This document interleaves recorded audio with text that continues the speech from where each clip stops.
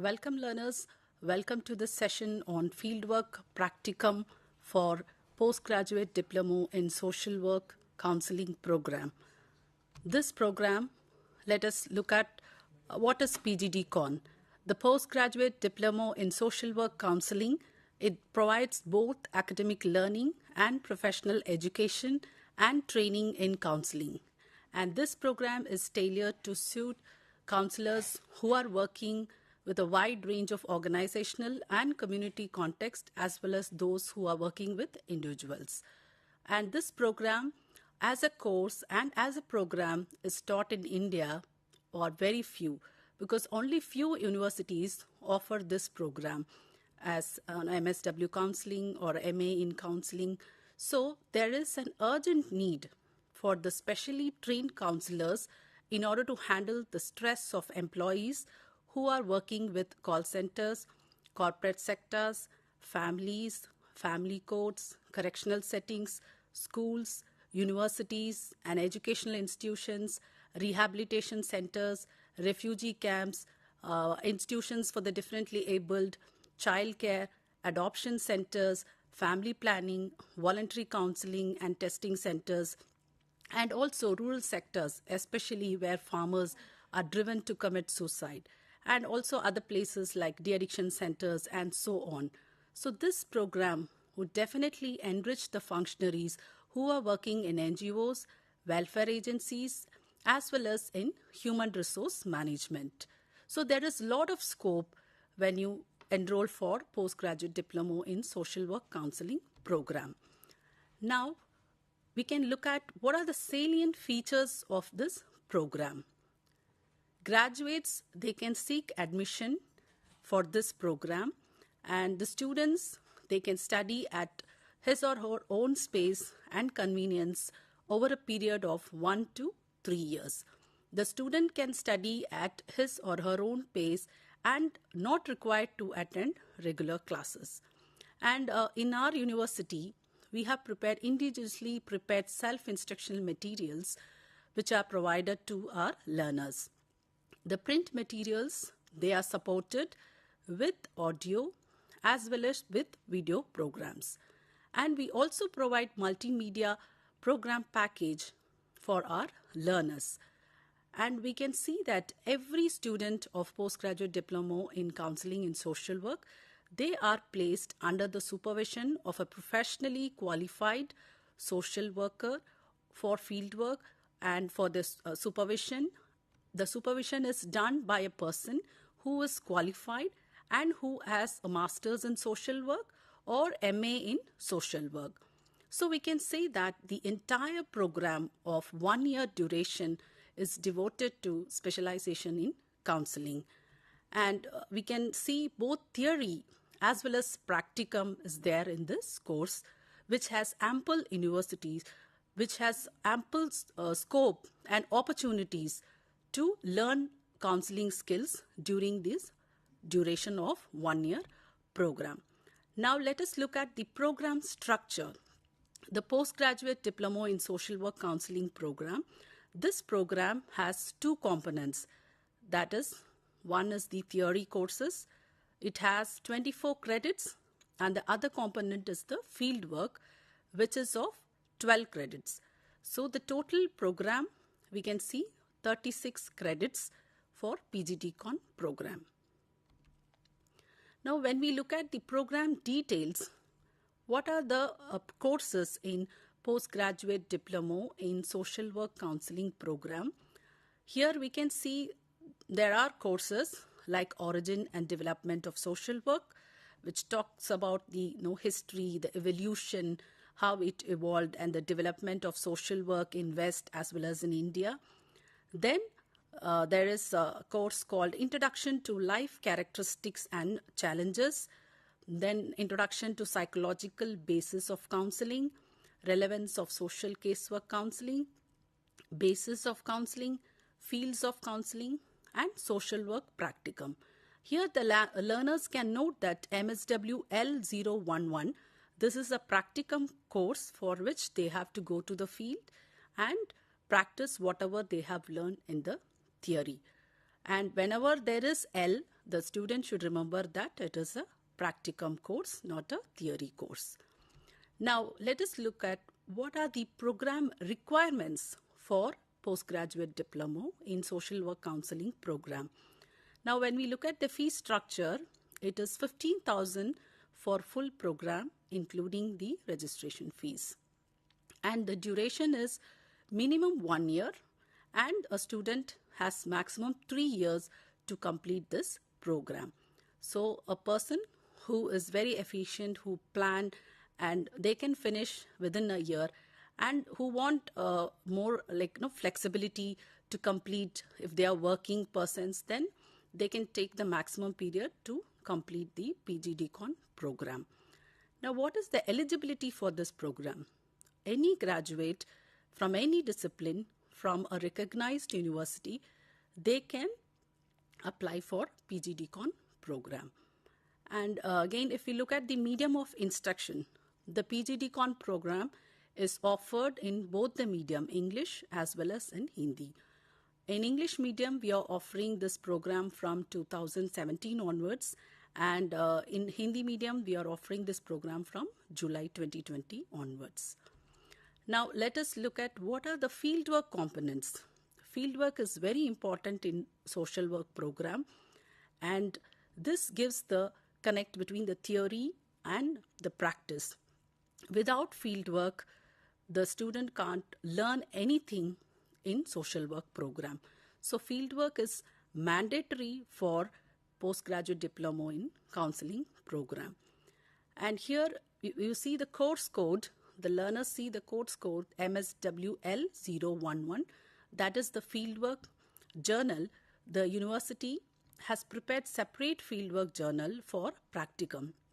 This includes various components like induction meeting, orientation visits, 45 concurrent field visits, and here they have to write detailed report of fieldwork, what they have done in their field, and they are also they have to do minimum 10 casework with details of casework components. So casework is nothing but it is one of the method in social work which they have to practice and apply in the field. So wherever the organizations they are placed, they should be able to practice this method, which is mandatory for postgraduate diploma in social work counseling student. And we can also see other components like 5 individual conferences with fieldwork supervisor. They also have a group conference. The students meet the fieldwork supervisors in a group that is called group conference. And the fieldwork supervisor, he also provides the necessary guidance and supervision at the study center. The fieldwork supervisor is provided by the study center, and he should be a qualified personnel doing MA or MSW in social work. So all our academic counselors or the fieldwork supervisors, they have this educational background, that is MSW or MA social work. Only those can supervise our student, and these supervisors are approved by the study center. So these supervisors can guide our students throughout their fieldwork till their completion of the program. Then there are other things like they should fill the face sheet, which many times we see missing in the journal. The first thing is face sheet. So the student has to write all the details like name, contact address, and who's their supervisor, their address, and which organization they have visited, and so many other things they have to fill in the face sheet. And this is very important and compulsory that the student has to fill the face sheet. If the face sheet is not filled by the student, then it is going to be returned to the student. So the student should see to that the face sheet is filled with all the details. The student should not leave it blank. So, and this should be authenticated by the fieldwork supervisor as well as by the study center coordinator. So the study center coordinator or the fieldwork supervisor should ensure that all the details are filled in the face sheet. Then after this comes there is called pre-test assessment form. So they have a pre-test assessment form based on social work subject. Certain questions are asked in the pre-test form, so they are expected to fill those questions. Based on their knowledge, attitude, and skills, so the student has to fill all the details. And there is also a post-assessment form that is also expected by the student to fill in. That is after they go to the field and what all they experience and what all the skills they have learned. Again, they will be filling in the post-test assessment form. So these are things the student should be doing at the beginning after receiving the journal. Then next comes the induction meeting. So what is induction meeting? Here we can say that the academic counselors or the fieldwork supervisors, they will organize an induction meeting for postgraduate diploma in social work counseling program for the students who have enrolled for this program. And the academic counselors or the fieldwork supervisors, they will prepare them for the fieldwork, what to do in the field, how to go about with the fieldwork. So all the guidance will be given to them. Here again in the meeting, the fieldwork supervisor will give the students the necessary guidance with regard to the purpose, what are the expectations from fieldwork, what are the responsibilities of the students, then teaching and learning process, guidance for writing fieldwork journal, importance of individual and group conferences, etc. Why induction meeting is very important? Because this is the first contact of the student to the study center or meeting the fieldwork supervisor. If the student is going to miss this, definitely he is at a loss and he don't know where to go, what to do, how to go about with the fieldwork, and the student will be definitely having a lot of chaos and challenges, entire fieldwork, and to complete his program also the student may be feeling very difficult. So the supervisor will also give details of the first orientation visit, that is the orientation visits to different organizations, different social welfare organizations. He might be visiting different projects, social welfare programs. So all these details the supervisor will facilitate, the time, place, and so on. So all the details will be provided by the fieldwork supervisor. Again, the student is expected to write a report about the induction meeting. What happened in the induction meeting, what all has been told to them in the induction meeting. So that brief report has to be written by the student. And again, the report will consist of guidance by the fieldwork supervision and the subtitles of each component, what all has been taught and what all guidelines have been given about the fieldwork or about the social work subject. So all the details are shared by the fieldwork supervisor. So it is always good for a student to prepare a draft, do the corrections and copy them in the journal, because they are new to this field social work program. So better they have to prepare a draft, then they can do the correction and fare it in the journal. Again, the student should remember that writing in the journal in their own handwriting, that is mandatory, and they should never type the report. So this is about induction meeting. Now, let us see what is orientation visits. Here, the learner is expected to visit 5 agencies, projects to have exposure to social welfare programs. So the learner can refer to the guidelines for agency profile given in the fieldwork journal so that he can write the detailed report. So the guidelines what we have prepared in the School of Social Work, so that student has to follow that and accordingly follow the format and write the report in detail.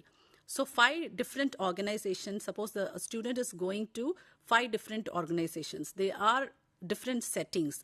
So write about the profile of the organization, what are their objectives, what are the mission, vision, and their where they are getting their funds and the administrative structure, and what are the target area.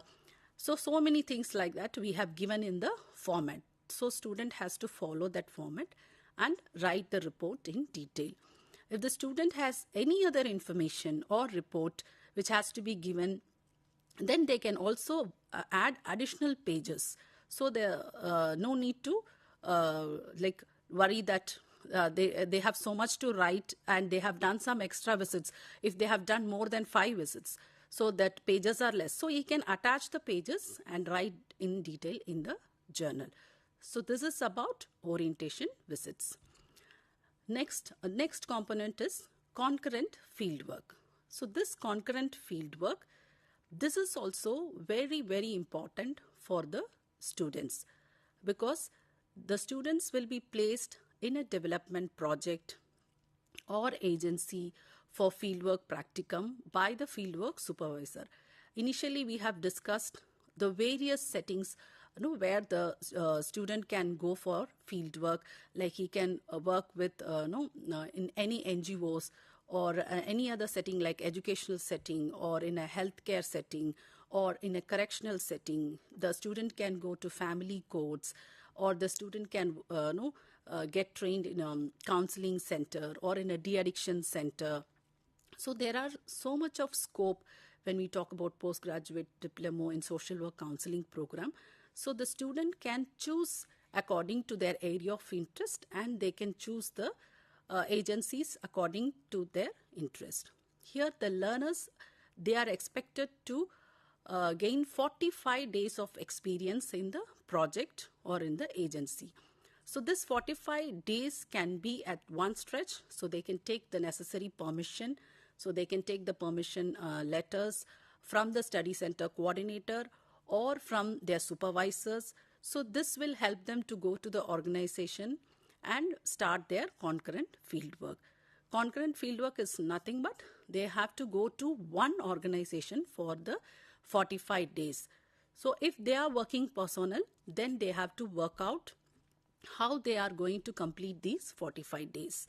So they can go weekends, they can take holidays, so make use of holidays and complete this 45 days of concurrent fieldwork in one organization where the social welfare programs are there, where the development project is there, or any agency or any institution, they can do their concurrent visits. So that's why we are calling these visits in social work as concurrent field visits.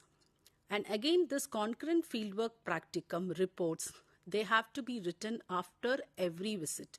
So the student has to follow the instructions which are given in the fieldwork journal for report writing.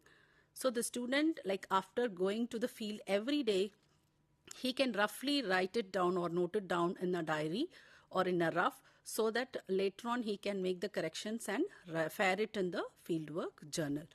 So these are about the concurrent field visits. Now moving on to individual conference. What is individual conference? Again, we can say that during the year, a minimum of 5 individual conferences will be held. Like for example, individual conference means it is between the fieldwork supervisor and the student. During a year, we say that he has to meet the supervisor at least 5 times. So going and meeting him personally, it may be related to field work or maybe some other problems, like he may have some other personal problems. So how to start the field work, how to go about with the field work, what are the problems or challenges he is facing in the field. So all these can be discussed with the fieldwork supervisor on an individual basis. There can be more than 5 individual conferences also, depending on the need and convenience of the fieldwork supervisor. So always the student has to go to the study center coordinator or find out when are the sessions are held, or be in touch with the fieldwork supervisor regularly so that they can meet often and discuss about what are the various issues or problems during their field work, and anything related to their personal, if they can't cope up with field work situation. So all this they can come and discuss with the fieldwork supervisor. Usually the individual conference happens at the study center. So the student should go to the study center, meet the fieldwork supervisor and take the necessary guidance. Then before going to the individual conference, the students, they are blank. So they should also know what to talk or what to address during the individual conference. So the students are expected to prepare for the individual conference so that they can discuss all the problems, and also they can discuss other points pertaining to fieldwork practicum.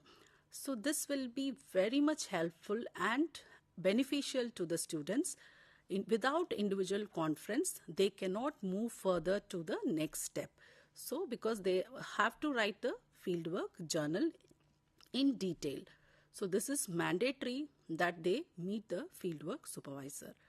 Then next, moving on to group conference. What is group conference?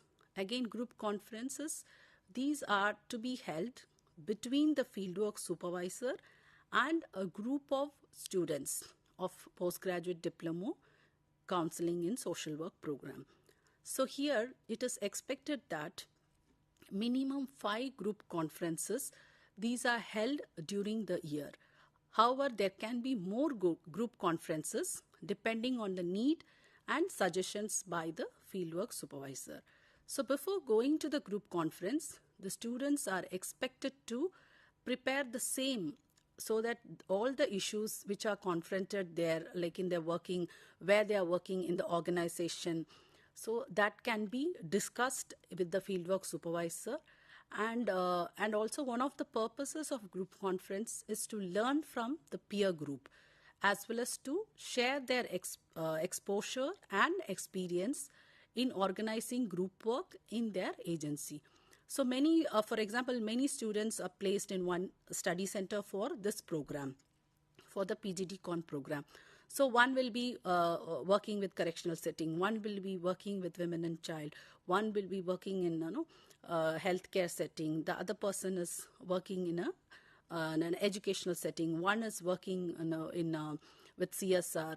So there are so many projects they are working, like some may work with a differently abled institution. So it depends where they are working. So now the student is getting all this exposure and experience, how an NGO or an institution works and what are their objectives, what is their vision and mission. So all these are shared by their peer group. So group conference is very important. Where there is one student, like for example, only one student is admitted in one particular center. So in that case, group conference is not necessary, and it can be certified by the supervisor that because there is only one student, it does not help. In that case, only individual conference will help the student. Now, let us look at the assessment and evaluation of postgraduate diploma in social work counseling program. Now, when we look at the theory courses, there is continuous assessment and there are tutor-marked assignments, and each course has one assignment, and the weightage given for the assignments are 30%. And for the term-end examination, the weightage given is 70%. And the social work practicum, that is MSW L011, the fieldwork journal, here the weightage is 100%, and the evaluation is done by internal as well as by external. So the internal gives 50% marks and the external gives 50% marks for each component. And the student has to get pass marks either by the internal or by the external. Then next, we can say this PGDCOUN program is really beneficial to our students. When we say why it is beneficial and who it can benefit, we can say healthcare providers, because again they are also dealing with many people who are suffering with many kind of illness, and they also need a lot of services. So healthcare providers can take up this program. Then teachers who are all working in schools, colleges and universities. So for them also this program would be beneficial because they are dealing with children. Nowadays we can see children have a lot of problems. They have a lot of issues like you can say absenteeism and like for example they have depression at a very young age, And college students, again, they have a different kind of problems. And when we talk about students, they may have academic pressure, interpersonal relationship, and so many other problems. So the syllabus is framed in such a way that it deals with all these aspects. So the teachers, they would learn many skills by doing this program. Then NGO functionaries. The NGO functionaries also benefit by enrolling this postgraduate diploma in social work program. And there are also religious leaders. These people, and they are also involved in the healing process. So they also do this program, and they, in one way, they are helping. Like, for example, if we talk about rural community or tribal areas, there again we can see the religious leaders, their motivation and their knowledge in this practicing counseling skills, or to guide the people in certain things. So through them, this can be reached. So for them also, this program is very useful. Then the service provider in social and welfare agencies. Again, when we say service providers, so they are also already people who are working in many sectors. They can also train our students. Then they also work in corporate sector. Then the last, like we can talk about the career opportunities. Students who enroll for this PGDCOUN program, they prepare a cadre of dedicated and qualified professionals to work in the field of counseling, and they are trained in mobilizing resources, manage welfare agencies and NGOs. They also involved in policy formulation, undertake research, take up training programs, etc. There are a lot of job opportunities in central and state governments, NGOs, social and welfare agencies.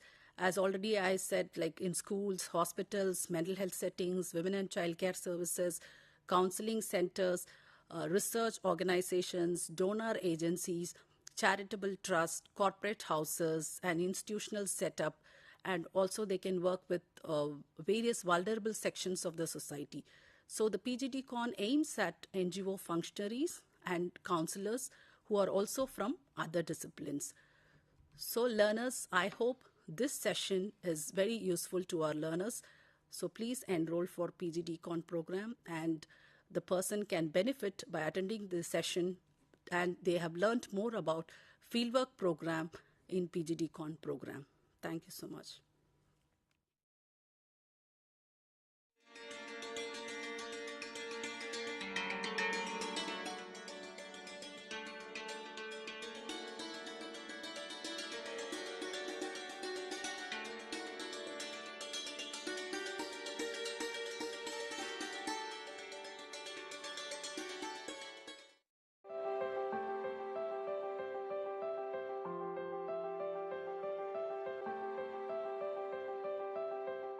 Are you interested in television journalism or radio journalism or online journalism? Or do you want to learn with the flexibility of open learning? Or if you are a working professional, wants to enhance your knowledge and skill with certification in the field of electronic media, then School of Journalism and New Media Study IGNOU offers PG Diploma in Electronic Media for you. This program includes audio and audio-visual program production for radio, television and online platforms. Here are some important details about the program. We have total 8 courses of 32 credits, 6 theory courses, 1 practical and 1 project.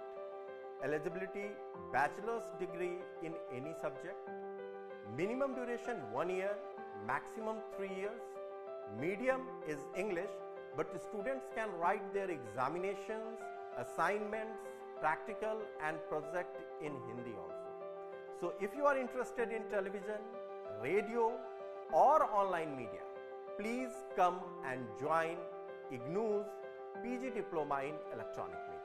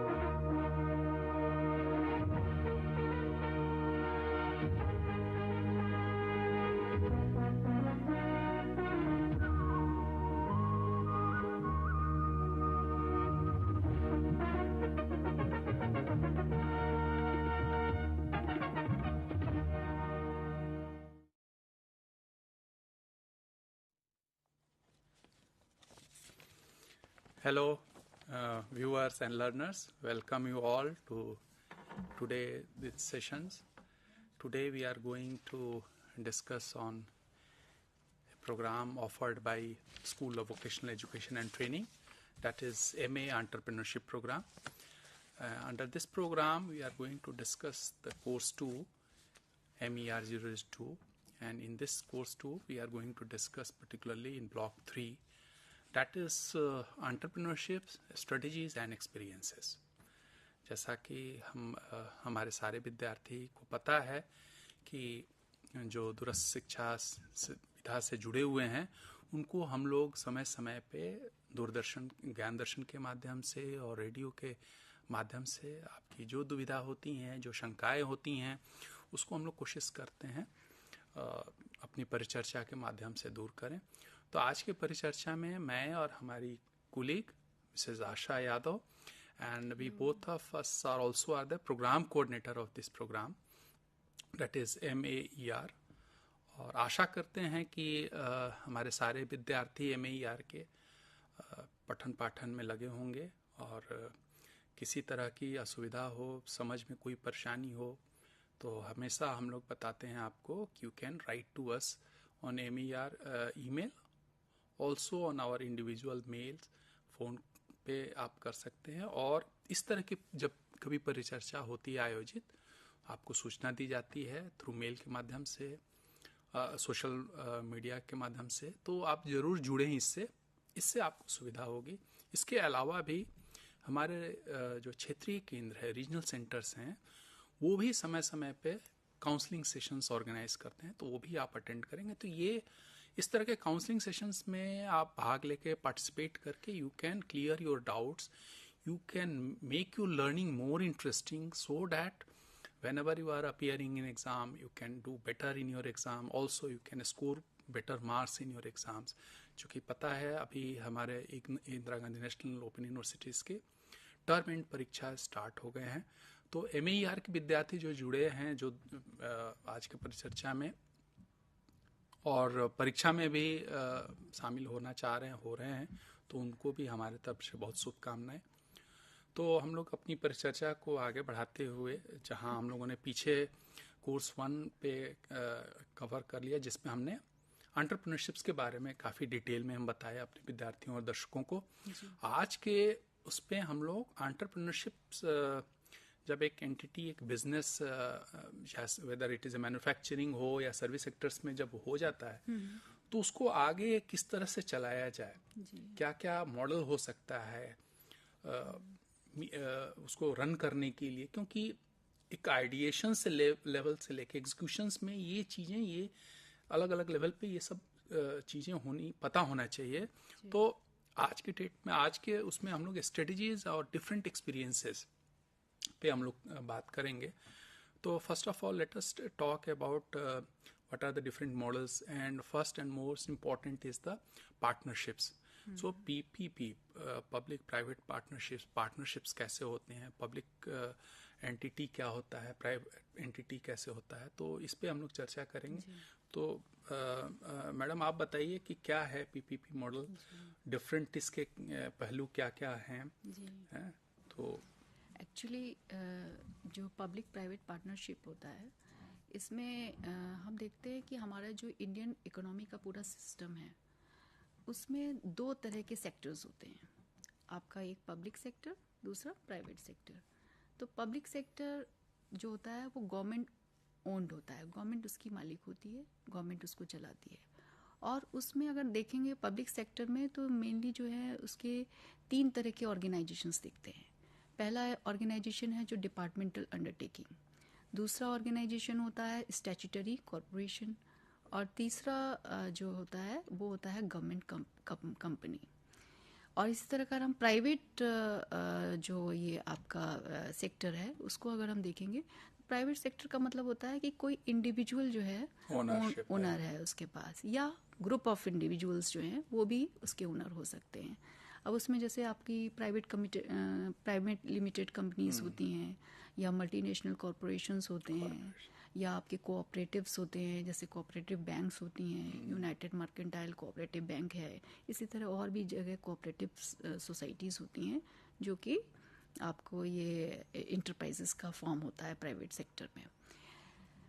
तो ये basically इसमें difference अगर हम देखें कि private, public और private में difference क्या होता है, तो पब्लिक जो इंटरप्राइजेज होती हैं ये बेसिकली जो होता है ये सर्विसेज प्रोवाइड करने के लिए होती हैं पब्लिक को, क्योंकि किसी भी तरह से उनको जो है हम पब्लिक के बेटरमेंट के लिए उनको डिफरेंट सर्विसेज प्रोवाइड करें या उनके लिए प्रोडक्शन करें।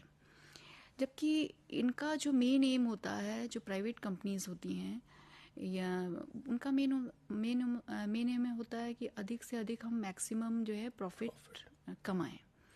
एक ये चीज़ होता है। दूसरा ये होता है कि मैनेजमेंट और कंट्रोल किसके पास होता है। तो जो पब्लिक कंपनीज होती है नेचुरली है उसका मैनेजमेंट और कंट्रोल गवर्नमेंट के हाथ में होता है, लेकिन जो प्राइवेट जो कंपनीज होती हैं उनका मैनेजमेंट जो है वो जो है उसमें बोर्ड ऑफ डायरेक्टर्स होते हैं।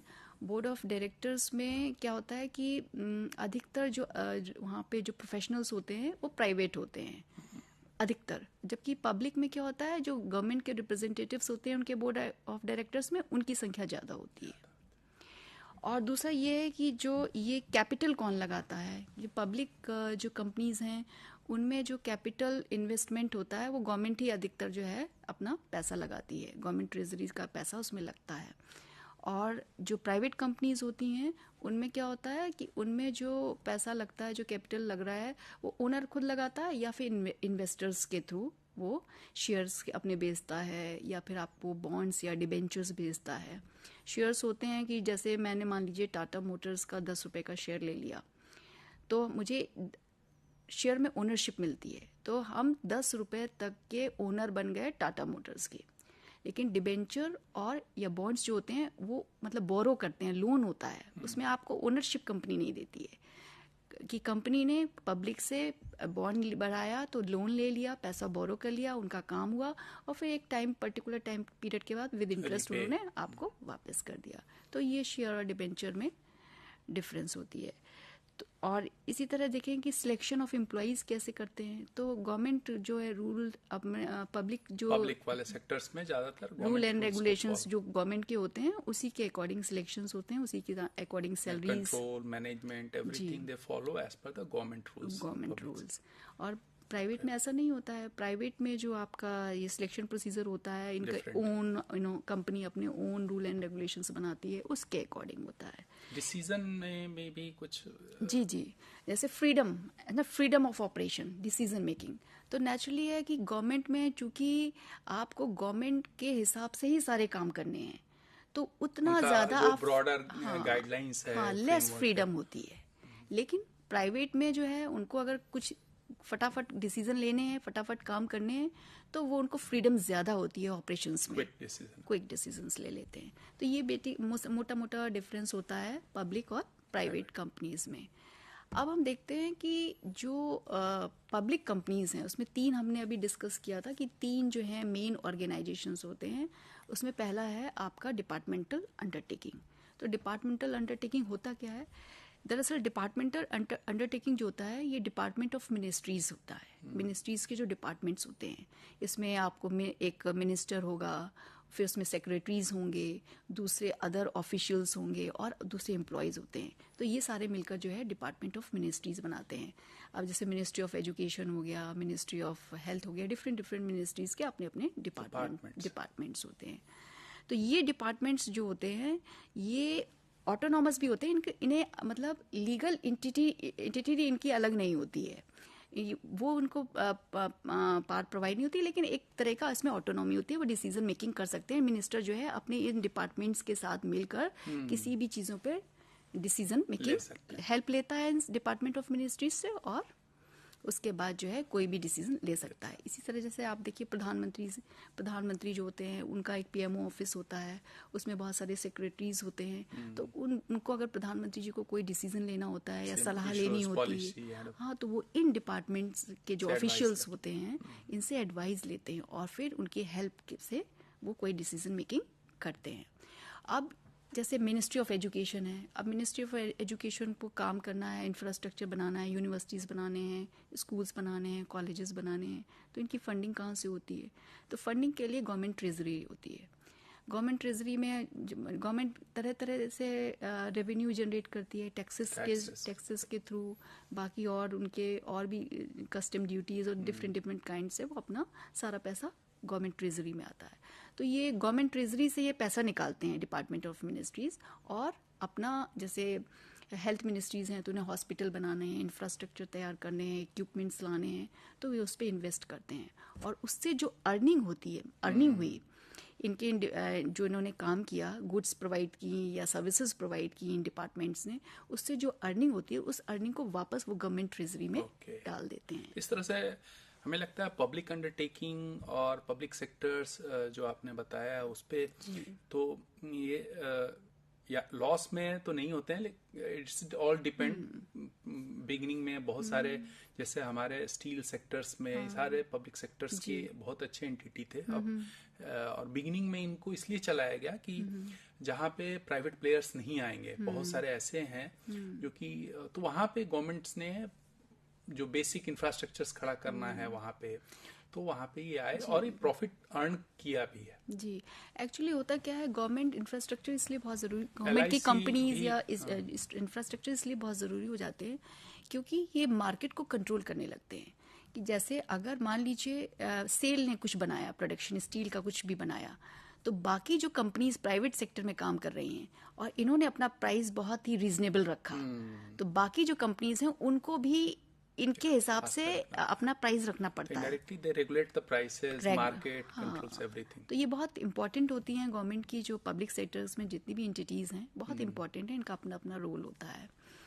अब हम बात कर रहे थे डिपार्टमेंटल अंडरटेकिंग्स की, तो डिपार्टमेंटल अंडरटेकिंग में नेचुरली है ये जो भी खर्चा करेंगे, इन्होंने खर्चा कर लिया, खर्चा के बाद इनका ऑडिट, ये अकाउंटेबल होते हैं, ये मिनिस्ट्री के प्रति, अपने कंसर्न मिनिस्ट्री के लिए, पब्लिक के लिए इनकी अकाउंटेबिलिटी होती है। तो इनके अकाउंट और ऑडिट्स, इनके चेक एंड बैलेंसेस एकदम चलते रहते हैं ताकि किसी भी तरह का कोई करप्शन ना हो।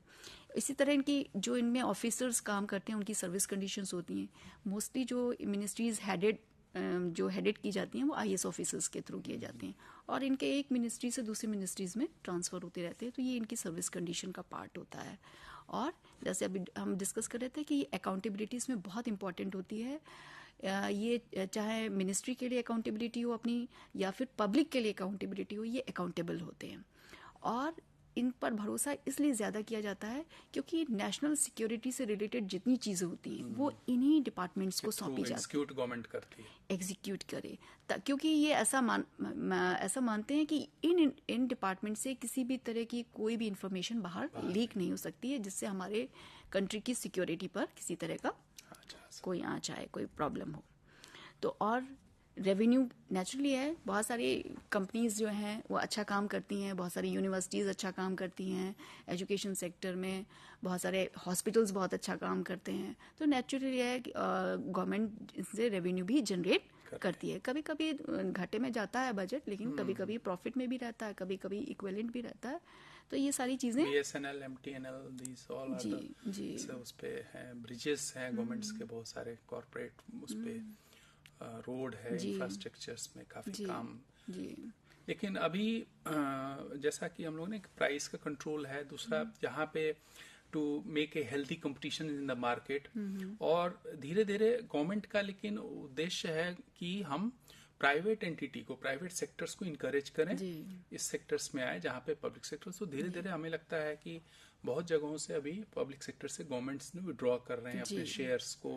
ऐसा बताया कि पब्लिक सेक्टर्स में जनरली जहाँ पे गवर्नमेंट का कंट्रोल होता है वहाँ 51% और मोर शेयर्स होते हैं। Once they sell their this things, best examples government actually सारे मॉडल्स को अडॉप्ट कर रही है। ऐसा नहीं है कि वो पब्लिक सेक्टर को बंद कर रही, बल्कि नए नए हॉस्पिटल्स खोल रही है। एम्स आपने सुना होगा, एम्स भोपाल, पहले एम्स बहुत लिमिटेड जगह पे था, भोपाल में हर कैपिटल में वो एम्स खोल रही है।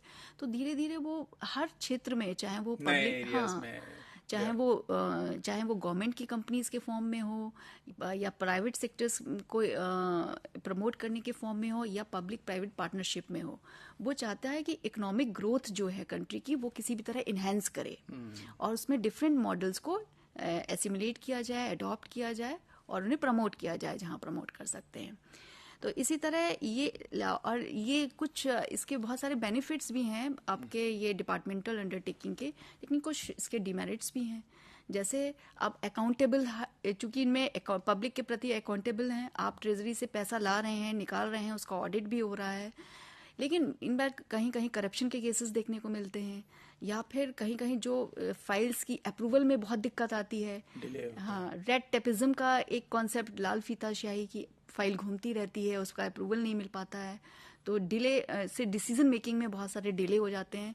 और एक ब्यूरोक्रेटिक जो एक मतलब अप्रोच होती है, थोड़ी बहुत ज़्यादा वो फ्री अप्रोच नहीं करता है थोड़ा। हाँ, ग्रोथ वो सारे इन बिजनेसेस पे जो ये बिजनेस करती हैं उन पे इफेक्ट डालता है। तो ये सारे इसके डिमेरिट्स भी होते हैं, मेरिट्स हैं तो डिमेरिट्स भी होते हैं। तो इसी तरह ये आपको डिपार्टमेंटल अंडरटेकिंग हो गया। दूसरा टाइप की एक पब्लिक सेक्टर में कंपनीज होती हैं, दैट इज स्टैट्यूटरी कॉर्पोरेशन।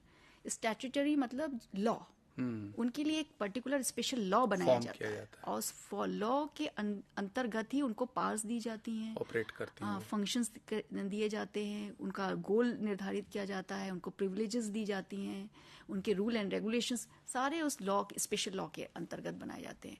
उसमें मेनली क्या आता है, जैसे आपका LIC हो गया, लाइफ इंश्योरेंस कंपनी, दूसरा एक नॉन फाइनेंशियल बैंकिंग्स में बहुत सारे SBI NBFC है, ये हमारा SBI हो गया, स्टेट बैंक ऑफ इंडिया, ये सारे आपके स्टैट्यूटरी कॉर्पोरेशन में आते हैं। अब स्टैट्यूटरी कॉर्पोरेशन में एक्चुअली होता क्या है कि इसमें एक स्पेशल एक्ट बना दिया गया, उसके अकॉर्डिंग आपको सारी पावर्स दी गई हैं और उसी के अकॉर्डिंग आपको मूव करना है। तो इसकी फॉर्मेशन जो होती है वो पार्लियामेंट के बनाए हुए एक्ट के अकॉर्डिंग होती है और ये एक कॉर्पोरेट बॉडी है। इसमें क्या होता है, इसमें थोड़ा फ्रीडम होती है। इसमें फ्रीडम इसकी होती है कि एक इनके पास सेपरेट लीगल एंटिटी होती है। ये जो है किसी भी प्रॉपर्टी को सेल कर सकते हैं, उसको परचेज कर सकते हैं या किसी भी दूसरी कंपनी के साथ कॉन्ट्रैक्ट में जा सकते हैं या अपना फाइल भी सूट कर सकते हैं। ये भी इनको चूंकि लीगल ऑटोनॉमी कंपैरेटिवली जो डिपार्टमेंटल अंडरटेकिंग की जो कंपनीज है उससे ये डिफरेंट है, थोड़ा सा इनको ज्यादा फ्रीडम मिली हुई है। ये अपना बिजनेस खुद कर सकती हैं और ये फाइनेंशियली जो होते हैं इंडिपेंडेंट होते हैं। इनसे कहा गया है कि आप अपना पैसा खुद रेवेन्यू जनरेट करें। तो इसके रेवेन्यू जनरेट करने के इनके क्या साधन होते हैं कि ये कभी कभी गवर्नमेंट से बोरो करती हैं, ये पब्लिक से भी कुछ मनी बोरो कर लेती हैं या फिर ये अपने जैसे बॉन्ड्स एंड अदर थिंग्स अपने प्लान्स बना देती हैं। जैसे LIC का आप देखिए, होम लोन भी LIC देती है तो उससे इंटरेस्ट कमाते हैं। इनके बॉन्ड्स होते हैं, इनके और डिफरेंट पॉलिसीज होती हैं तो उससे वो ये अर्न करती हैं। तो ये सारे इनके फाइनेंशियल अर्निंग के साधन सोर्सेज होते हैं, इनसे ये अर्न करती हैं। और इनकी जो सर्विस कंडीशंस होती हैं ये अपना खुद ही करते हैं, अपना एम्प्लॉयमेंट जो है एम्प्लॉयज़ को खुद ही ये रिक्रूट करते हैं। और इनके जो एम्प्लॉयज़ होते हैं वो प्योर गवर्नमेंट एम्प्लॉयज़ नहीं कहलाए जाते हैं। जैसे डिपार्टमेंटल जो अंडरटेकिंग की जो इंटरप्राइज है उसमें जो एम्प्लॉयज़ होते हैं वो प्योर गवर्नमेंट के आते हैं, लेकिन इसमें उनको प्योर गवर्नमेंट का एम्प्लॉय नहीं माना जाता है। इनका स्केल, स्ट्रक्चर, प्रमोशंस जी इंटायरली डिफरेंट होता है इनका।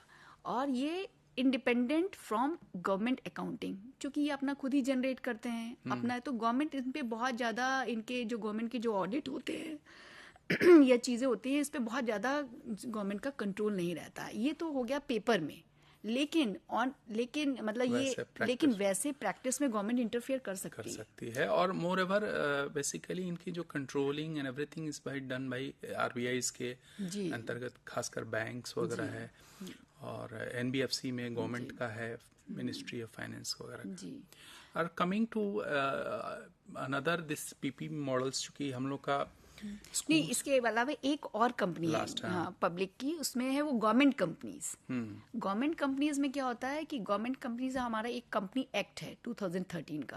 पहले ये एक्ट था 1956 का जिसको रिवाइज किया गया, रिवाइज करके नया एक्ट बनाया गया। उस गवर्नमेंट कंपनीज में क्या होता है, जैसे गवर्नमेंट कंपनीज जैसे आपको सेल हो गया, या आपका ये स्टेट ट्रेडिंग कॉरपोरेशन हो गया, या हिंदुस्तान मशीन टूल्स, ये जो है गवर्नमेंट कंपनीज होती है। इसमें गवर्नमेंट कंपनीज इनको इसलिए कहते हैं, जैसे अभी आप डिस्कस आपने अभी बताया कि अगर 51% शेयर होल्डिंग जो है वो गवर्नमेंट के पास है तो वो गवर्नमेंट कंपनी कहलाएगी। अगर 49% शेयर्स हैं तो फिर वो ओनर चेंज हो जाएगा। लेकिन अगर 51% शेयर जिसके पास किसी कंपनी के आते हैं तो वो उसका ओनर कहलाता है। तो ये गवर्नमेंट कंपनीज होती हैं, इनमें नेचुरली है गवर्नमेंट का 51% शेयर होल्डिंग होती हैं। अब सेल का है, जैसे स्टील बनाती है ये, तो ये जो हैं इनमें भी LIC की तरह इनको फ्रीडम होती है थोड़ी। जैसे ये किसी कॉन्ट्रैक्ट में किसी कंपनी से जा सकते हैं क्योंकि इन्हें अपना बिजनेस करना है। अपना इन्होंने स्टील बनाया है, उनको स्टील मार्केट में अब्रॉड ऑल्सो उनको बेचना है, अपना सेल करना है। तो ये सेल और परचेज लीगल एंटिटी, इनका सेपरेट लीगल एंटिटी होता है। ये सेल और परचेज ये भी कर सकते हैं, किसी भी कंपनी के साथ कॉन्ट्रैक्ट में जा सकते हैं और कोई भी फाइल ये सूट कर सकते हैं। ये वाली कंपनीज जो होती हैं, चूंकि एक कंपनी एक्ट के अंतर्गत बनती है, इसलिए इनका फॉर्मेशन आसान होता है। इनका गवर्नमेंट इनको अच्छे से जल्दी से इसको फॉर्म कर सकती है। गवर्नमेंट कंपनीज को इनको ऑटोनॉमी भी होती है। ऑटोनॉमी किस चीज़ से होती है कि आप कोई भी बिजनेस ऑपरेशंस कर रहे हैं, आप कोई भी बिजनेस से रिलेटेड डिसीजन ले रहे हैं, या फिर आप उससे रिलेटेड कोई एक्शन लेना चाहते हैं, तो उसकी इनको ऑटोनॉमी होती है, वो ये काम कर सकते हैं। और अभी उससे पहले हमने डिस्कस किया था कि ये मार्केट को भी कंट्रोल करते हैं, क्योंकि इनका प्राइस बहुत रीजनेबल ये रखते हैं। तो बाकी जो प्राइवेट कंपनीज उस एरिया में काम करती हैं, वो इनसे उनको भी कंपटीशन में इनके अकॉर्डिंग काम करना पड़ता है। तो ये सारी चीजें, लेकिन फिर इसका डीमेरिट भी ये है कि चूंकि ये गवर्नमेंट की कंपनी है, इसलिए जो कंपनी एक्ट के अंतर्गत इनको रखा गया है, तो वो बहुत ज्यादा पर्पस बहुत डिफीट करता है पर्पस। प्राइवेट से still they feel in the less privilege or something like that, क्योंकि इसका मैनेजमेंट भी सारा गवर्नमेंट के हाथ में होता है, कंट्रोल गवर्नमेंट के हाथ में होता है। गवर्नमेंट ही सारी रूल एंड रेगुलेशन चीजें बना रही है, तो बहुत ज्यादा वो एक्ट इनके ऊपर बहुत फेवरेबल चीजें नहीं होती हैं। तो ये बेसिकली ये तीन जो हैं ये आपको है पब्लिक सेक्टर में। बाकी प्राइवेट्स के तो प्राइवेट का पर्पस ही है अपना जो एंटिटी, जो अपॉर्चुनिटी के स्कैन करके जो बिजनेस का इन्होंने, whether it is a manufacturing हो या सर्विस सेक्टर्स में जिस पर्पस से उन्होंने बनाया है, तो definitely they make profit out of it. तो वहाँ पे पब्लिक सेक्टर्स में थोड़ा सा उनको है। अभी एक चूंकि हम लोग के स्कूल से एक ये प्रोग्राम्स ऑफर हो रहे हैं, जो कि हम लोग के स्कूल्स व्यावसायिक शिक्षा स्किल से है। एक बहुत बढ़िया एग्जाम्पल है NSDC, national skill development corporation, जो कि गवर्नमेंट द्वारा प्रमोटेड कंपनी है। क्या इसके बारे में थोड़ा बताएंगे, क्या है, कैसा इनका फंक्शंस, रोल? और एक्चुअली NSDC जो है, NSDC national skill development corporation जी। इसमें देखिए, इसमें ये प्राइवेट, वैसे तो पब्लिक प्राइवेट पार्टनरशिप पे काम करती है, लेकिन इसकी ओनरशिप जो है एज ए प्राइवेट होती है, क्योंकि जो इसके 51% शेयर होल्डिंग है वो किसी प्राइवेट कंपनी के पास में है, और इसमें गवर्नमेंट भी अपने शेयर्स करती है। इसमें होता क्या है कि NSDC को, चूंकि हमारा इंडिया इतना ज़्यादा पॉपुलेशन है, इतना यूथ है, उसको स्किल्ड वर्कफोर्स चाहिए, अनस्किल्ड हैं, तो एक स्किल इंडिया मिशन है, उसके तहत उसको मिशंस को मीट करने के लिए इसको और ज्यादातर जितने भी प्रधानमंत्री कौशल विकास योजना जो चल रही हैं देश में, उनका मॉनिटरिंग, उनका रेगुलेशंस, सारा कुछ दायित्व तो अभी NSDC के ऊपर। और तो NSDC उस मामले में जितने भी प्राइवेट एंटिटी जो कि प्लेयर्स हैं, they are also suppose to work under the guidance of NCVT। NCVT के जो रेगुलेशंस हैं, जो कि टोटली गवर्नमेंट का है, ओन्ड, और लेकिन उनका जो फ्रेमवर्क है, स्किल ट्रेनिंग कैसे होगा, टीचर ट्रेनिंग कैसे होगा, सर्टिफिकेशन कैसे होगा, ये फॉर्म NCVT करती है जी। और वहां से गवर्नमेंट का एक इंस्टीट्यूशंस है, जैसे ITIs वगैरह वो करा रहे हैं, चाहे हायर एजुकेशन इंस्टीट्यूशंस करा रही हैं। दूसरा और जो प्राइवेट और अनऑर्गेनाइज सेक्टर्स है, जो कि बहुत बड़ा जो पॉपुलेशंस है, चाहे कंट्री के जो स्किल्स की जो डिमांड है वो मीट कर रही through unorganised through private sectors, तो उसको एनएसटीसी के थ्रू उनको हम कंट्रोल कर रहे हैं. But although they also follow the same norms of NCVT, जो लेवल और एसक्यूएफ की, क्योंकि ये वोकेशनल इंस्टीट्यूट्स भी ओपन करवाती है, तो नेचुरली एनसीवीटी के ही नॉर्म्स वहाँ तो पे. इसमें क्या इनका प्रॉफिट वगैरह कैसे एनएसडीसी अपने आप को फंडिंग कैसे करते, कैसे हाउ दे? हाँ, एक्चुअली एनएसडीसी का होता क्या है, एनएसडीसी जो है कुछ प्रोग्राम्स भी, स्किल प्रोग्राम्स भी खुद भी ऑफर करती है, और ये बहुत अपना कंटेंट भी बनाती है. अब जैसे कोई इंस्टीट्यूशन है, मान लीजिए कोई एक प्राइवेट ऑर्गेनाइजेशन है, वो चाहता है कि हम एनएसडीसी से रजिस्टर्ड हो जाएं, तो एनएसडीसी उसके एवज में उससे एफिलिएशन चार्जेस लेती है, उसके जो कोर्सेज होते हैं उनकी जो फी होती है उसमें रॉयल्टी लेती है. जैसे मान लीजिए कोई 8,000 का किसी फीस है, किसी कंपनी है, मान लीजिए कोई आईटी स्किल है, वो कंप्यूटर स्किल चलाती है और वो एनएसडीसी से रजिस्टर्ड होना चाहती है, तो उनका एक कोर्स है प्राइवेट कंपनी का, 8,000 रुपये उसका फी है. तो एनएसडीसी से आप रजिस्टर्ड होंगे तो एनएसडीसी कहेगी कि आपका अगर 8,000 फीस है तो इसका 10% रॉयल्टी जो है आप हमको देंगे, तो हम आपको सारी फैसिलिटीज देंगे. आपका जो है, आपके स्टूडेंट्स आएंगे, उनको हम वेरीफाई भी करेंगे, आपका जो प्रोग्राम्स है उसको हम उसकी मार्केटिंग भी करेंगे, उसको प्रमोट भी करेंगे, और आपके ट्रेनिंग में आप जो ट्रेनिंग देंगे उसमें भी हम आपको हेल्प करेंगे. आप जो असेसमेंट करेंगे बच्चे का उसमें भी हम आपको करेंगे. आपके जो ट्रेनर्स हैं उनको ट्रेनिंग देनी है ताकि उनका क्वालिटी लेवल ठीक रहे, वो भी हम करेंगे. एकेडमिक्स हैं उनको भी हम ट्रेन करेंगे. तो सारी चीजें हम आपको फैसिलिटेट करेंगे. NSTC they provide the platform for the trainers, trainees, और एक उनका एडमिशन्स का पोर्टल्स वगैरह मेंटेन करना, इस तरह से काफ़ी.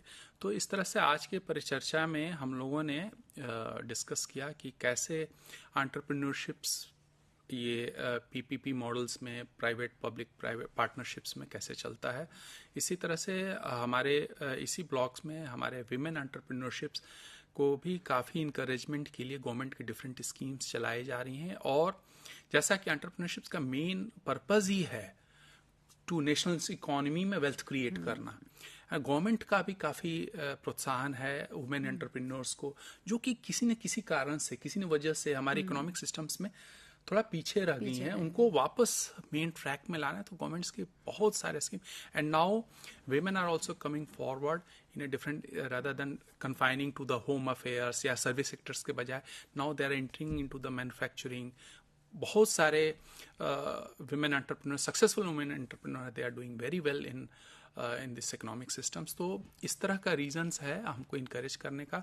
तो आशा करते हैं कि आज के परिचर्चा में से हमारे दर्शक और विद्यार्थी अवश्य लाभान्वित हुए होंगे.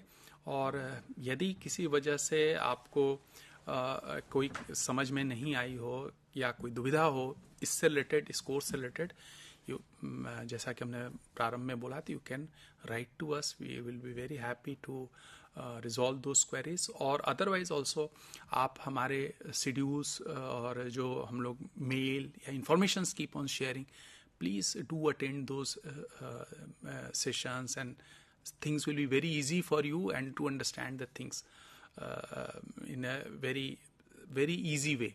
So thank you very much for watching us, and wish you a very happy and successful learning. Thank you. Thank you.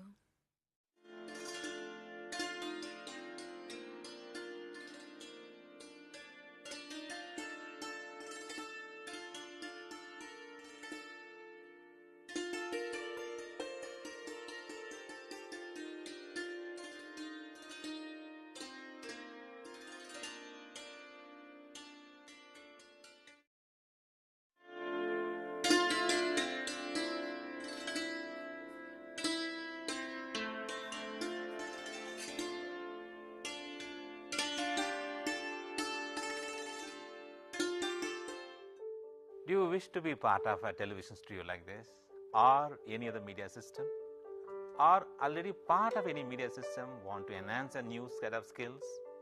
Welcome to School of Journalism New Media Studies. Here in the School of Journalism New Media Studies, we are offering program for all set of people to learn and enhance their media skills. The vision of School of Journalism and New Media Studies is to generate a new set of professionals in the area of media and communication studies with understanding about role of media in the national development and global understanding. We offer innovative programs in the field of journalism and mass communication that sets a benchmark of high quality learning and teaching process at the national level. We offer these programs across the country with the help of our regional network as well as study center. Same manner, many of our programs are offered through online mode with a sophisticated learning management system. SOGNMS offers programs from PhD in journalism and mass communication till certificate level. We have masters in journalism and mass communication. The eligibility is bachelor's degree, and we are introducing this program in 3 languages: Hindi, Tamil and English. Students from national and international students can join either through online mode as well as in the distance mode. We have 4 postgraduate diploma programs, specialized areas in the field of development communication, digital media, electronic media and journalism and mass communication program. And all these 4 programs are available in distance mode. 2 programs are available in online mode, development communication and digital media. And we have specialized certificate program in community radio. IGNOU employs various media and communication tools for better teaching and learning process. School of Journalism and New Media Studies utilizes this media system for delivering all our programs. Come and join with us for exploring a new career and enhance your media skills.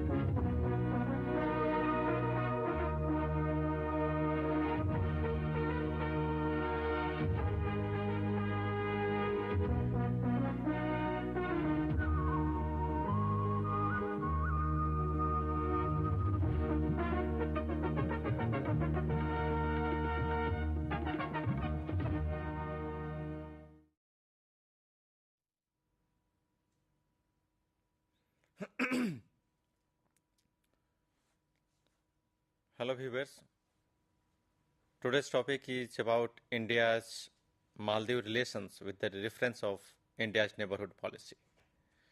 You know, this relation is very important in the news last 2-3 weeks after the completion of elections, presidential election in the Maldives. Last week there is a meeting with the Indian Prime Ministers and Maldives President in Dubai besides COP conference, but lot of emerging challenges, trends has been facing by both countries.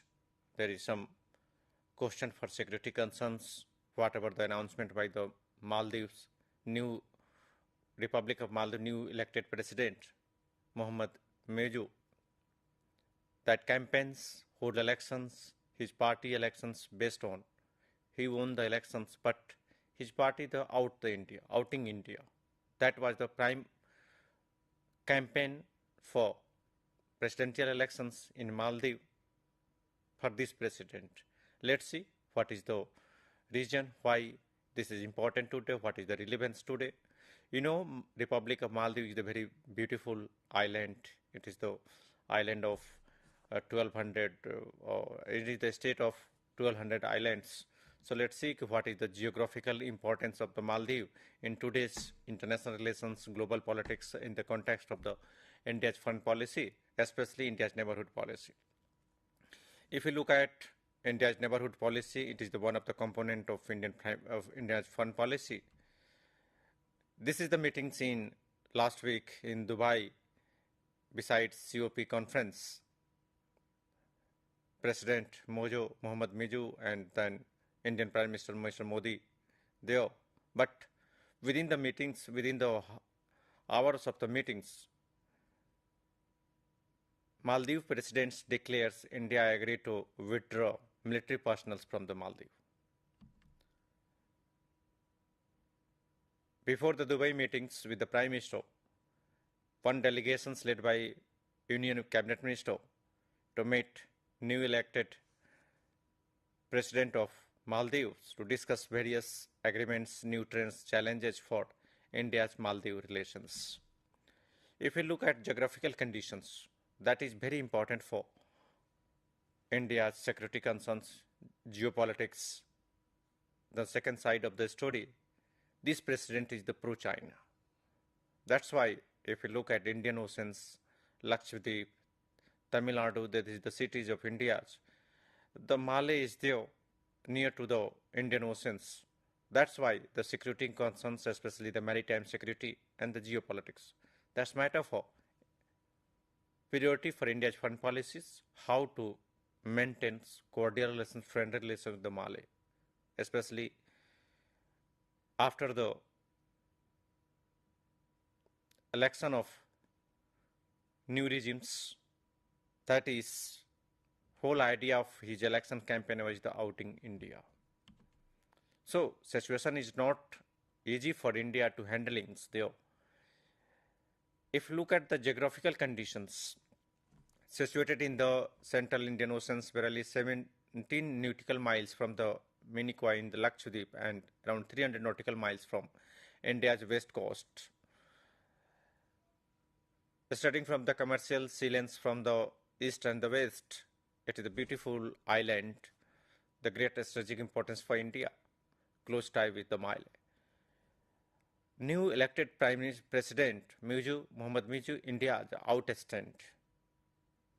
That is the very serious concern for setback for India in geopolitical contest with the China, recent internet in the Mali schemes of the things that is playing on the very important role in the Indian Ocean. That's why this is the challenge for today's bilateral relations. If you look at the historical perspective, there is India and Maldives share the ethnic, linguistic, cultural, religious, and we can say commercial link between the two countries. Antiquity enjoy close, cordial, multidimensional relations. India was among the first to recognize Maldives after the independence in 1965 and established diplomatic relations with the country. India has established the missions level of the CDA in 1972. Resident High Commissioner 1980s. Maldives opens a full-fledged High Commission in New Delhi in November 2004. At the time, it's only the 4 diplomatic missions worldwide. India's footprints in the Maldives as deep-rooted, both historically and contemporary relations. Change may be occurred some extent due to the changes in leadership in Maldives right now.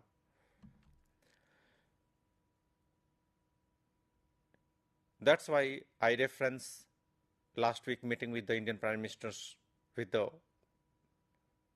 Maldives president, elected president, but India is trying to cooperate,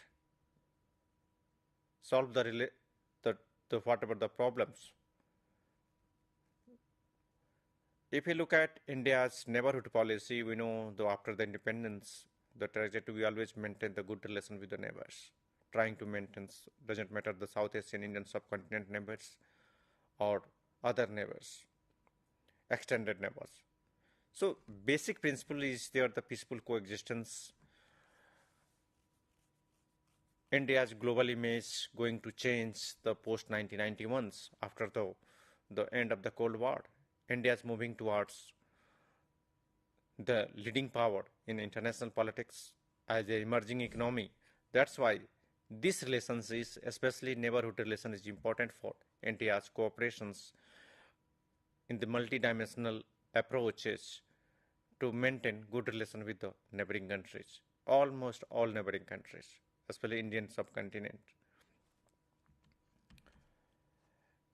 Foreign policy of India is based on non-alignment, anti-colonialism and the Panchashil. India has maintained close and friendly relations with the neighbors. But neighborhood policy is, we can say, the subset of Indian foreign policy. Since the independence of India has maintained good relations with the neighbor, Maldives is main approach for the maritime neighbors Indian Ocean regions, IOR, and along with the Prime Minister's dream project, the vision of the Sagar, security and growth for all in the regions, especially the Indian Oceans, and the neighborhood first policy. So Maldives always located in India's foreign policy, especially Sagar and neighborhood first policy. Geographical conditions is also favors India's Indian Oceans, significant strategic importance for the India. That's why we are looking for good relationship, strategic partnership with the Maldives, Republic of Maldives. If we look at the traditions, it is mostly the Islamic move to Islamic republics. Most of the population is the Muslims. But if we look at the business dealing, it is the English law that deals the business with the Maldives. That's why there is some two kinds of the faces of Maldives there. India has preeminent position in the Maldives relations extending virtually. We can say a strategic role as well recognized seen as the net security provider. India always open door for security of Maldives in the context of the geopolitics, military. That's why India's military station is there in the Maldives. It is not the simple decisions, but if you look at India's first has been policy of the government of Maldives earlier. So that's why they trying to maintain good relations. India also offered line of credit, many things, economic cooperations, many logistic support, military assistance to the Maldives last 20 years. This is the locations historically importance cooperations. We say though this elected president is the pro-China. If you look at his election campaigns, we can easily find out it is the campaign against the India during the elections. But after the meeting with the Indian Prime Ministers, let's hope India will get the priority in the Maldives foreign policies. During last year, when Maldives President was in India, Indian Prime Minister Modi has marked neighborhood first policy. During Maldivian President Ibrahim Mohammed Soleh, who lost elections in this year,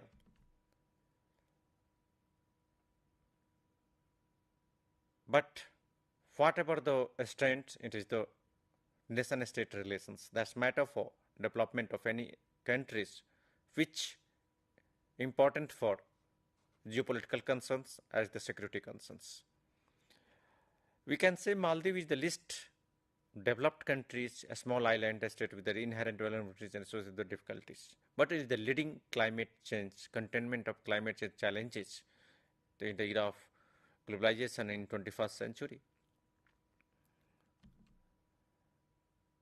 These geographical locations, especially the Sri Lanka, Maldives, Indian Ocean, Arabian Sea, that's significance, that signifies, highlights the importance of Maldives, the priorities for India's relations as well as the China is there. If you look at the whole geopolitical concerns in the Indian Oceans and the geopolitical concern in the Asia. Yes, India and Maldives has outlined the importance, strategic importance for both, as India had neighborhood policies due to the locations in the Indian Oceans. A strategic location defined the geostrategic importance and the physical size. That's why India always promote the neighborhood policy. If you look at the Indian subcontinent, doesn't matter, it is Bangladesh, Nepal, Bhutan, except Pakistan and China, India always trying to cooperate in any crisis, any disaster time of crisis of our neighboring countries. So, what about the neighborhood policies? Act East policy or Look East policy to the West Asia to extended Central Asia policy. The whole policy designs to cooperate, mutual cooperations in terms of economic, trade, investment, military, whatever the needs, India always stand for the neighbors. For Maldives, some analytical views, we can say it is the toll gate to Indian Oceans. Located the southern and the northern part of the island chain lies into two important sea lanes communications, that is SLOCS, the sea lanes communications. Yes, it is the India's strategic priority. Doesn't matter to whatever the size of this island of this nation. A favorable, positive maritime environment in the Indian Ocean is essential. That's why India's strategic priority to engage the Maldives in all the way, especially bilateral and multilateral cooperations. Despite the small Asian country, the Maldives is one of the most geographically displaced countries, studying about economy, because its economy is totally based on the tourism. If you look at the cooperations, security cooperation is there. In 1988, armed mercenaries attempt to coup against the president, Maunoon Abdul Gayoom. India sent paratroopers and navy vessels to restore the legitimate leadership under Operation Cactus in 1988. There is a joint naval exercise with Maldives in the Indian Oceans, and also India has, whatever the policy of the Sagars and many more things, always prioritized Maldives to enhance cooperations there. This is the recent visit. At that time, the last year, the Indian Foreign Minister and the President of Maldives, the bilateral treaties and the strategic partnership, that's matter for India's cooperations, especially in context of the economic and trade and investment. Collaborations indicates commitment to tackling common concerns such as the climate change and the maritime security. Both states hope for the first of regional cooperations, regional stability, developing a strong relation through the strategic partnership, and also supporting stability in the geopolitical scene in the Indian Oceans.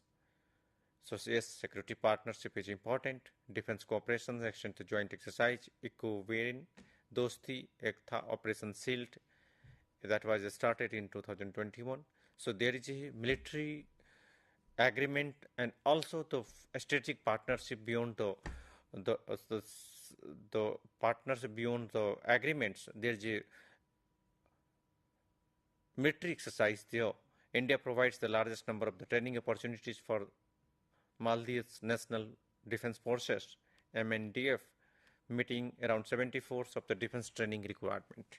India also fulfilled the logistic support for the Maldives Defense Forces. If you look at the recent challenge, why this country is in the news, especially India's relations, because this president, elected president, Mr. Mohammad Mofe said, we are here to review the all agreements, partnership with the India after the winning the elections. That is the most recent crisis for India's neighborhood policy and also Maldives foreign policy, because whatever the previous trends, that's matter for cooperations. Right now, it has become the challenges. If you look at from Abdul Gayoom to today, despite the few hiccups have been close and friendly. So it is not simple, but we cannot judge the situation in the rush. It is the diplomatic relations, political engagement, strategic partnership. That's why India and Maldives in the 1st December agreed to set up the core group to further deepen their partnership as Prime Minister Narendra Modi held a productive meeting with the newly elected Maldivian President Mohammad Muji on the sidelines of the United Nations COP28 climate change. This president has asked India to withdraw the military personnel. That is the main contentions in the last 2-3 weeks, how to manage cooperation with the new elected president. Because I already said this president is the pro-China. Whatever if you go through his election campaigns, I'm not going to say the whole remarks, but it is the election campaigns reflected his positions, his view about the foreign policy and relation with India. India's outing must favorable pull campaigns how to minimize the India's relations. It was the prime objectives during his election speech, his campaigns. But after the elections, he was agree for the bilateral meeting with the Indian Prime Ministers in Dubai. So that's why. Let's see how can refix the partnership along with we say the President Muju has also ripped with the mentor, former President Abdullah Yasmin Abdul Gayoom, who support won the elections. May it recalled India out campaigns that was anchored by the previous president of his party, Yamin. That campaign's India out campaign. That is the main bone of contentions between the India and the elected Prime President of Maldives.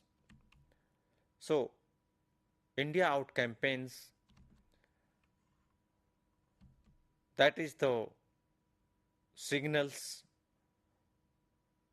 he is pro-China. So that's why India is trying to maintain, pacify the issues, whatever the challenges. So he has sent Indian cabinet ministers, Ritu, with the delegations, and also Prime Minister last week they met with this president. So it is important to address the political context of the Mohammad Muju's statement. He hails from the party of former Maldives President Abdullah Yamin, whose election campaign was centered around the anti-India stance.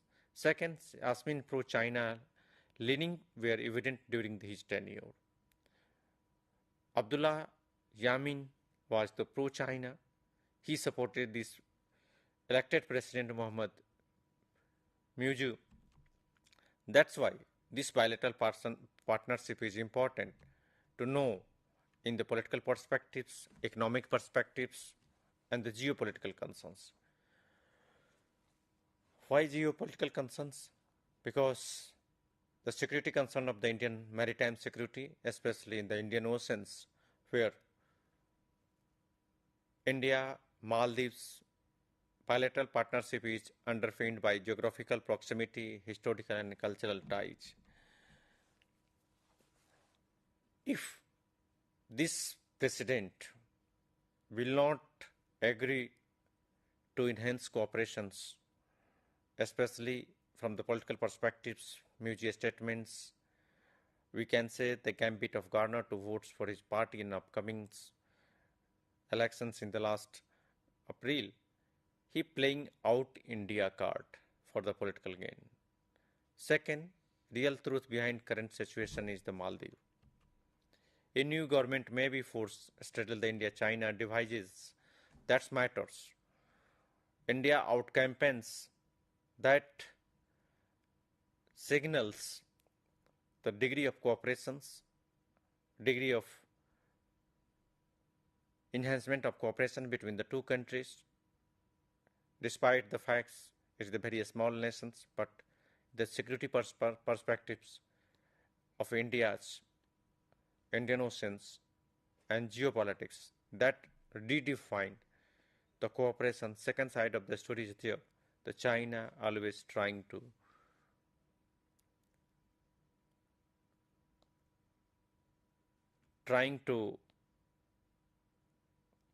destabilize the India's neighborhood.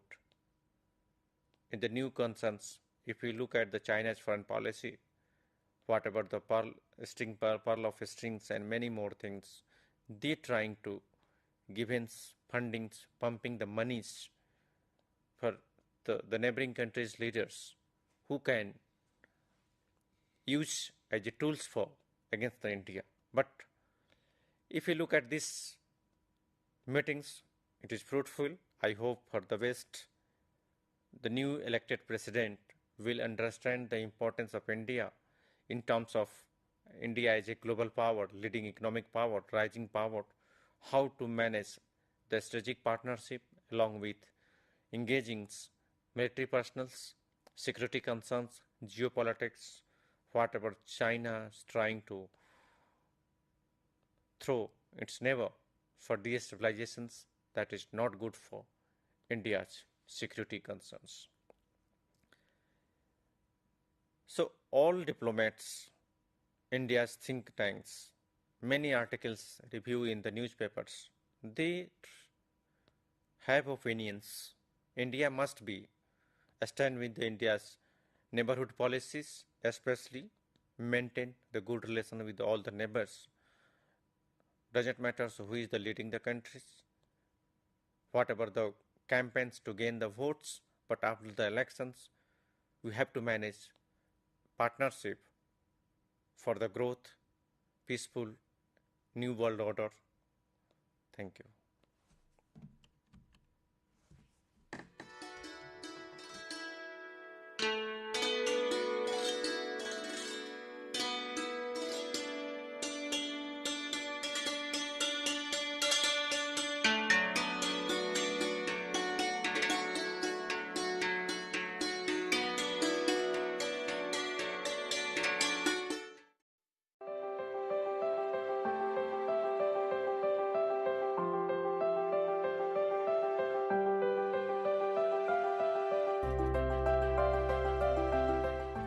Are you a fresh graduate?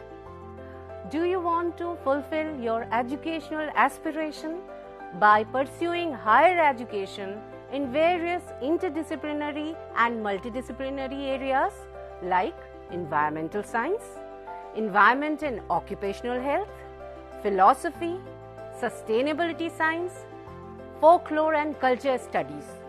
If yes, the School of Interdisciplinary and Transdisciplinary Studies offers various programs like Master's Program, Graduate Program, Postgraduate Diploma, Certificate and Appreciation Program. The school offers 5 Master's Programs. Master of Science, Environmental Science. The eligibility criteria for MSc Environmental Science is Graduate in Science, BTech, BE, Agriculture Graduate, Forestry Graduate and Veterinary Graduate. School also offers Masters in Environment and Occupational Health, Masters in Sustainability Science, Masters in Philosophy and Masters in Folklore and Culture Studies. The eligibility criteria for these 4 Masters programs is graduate in any discipline.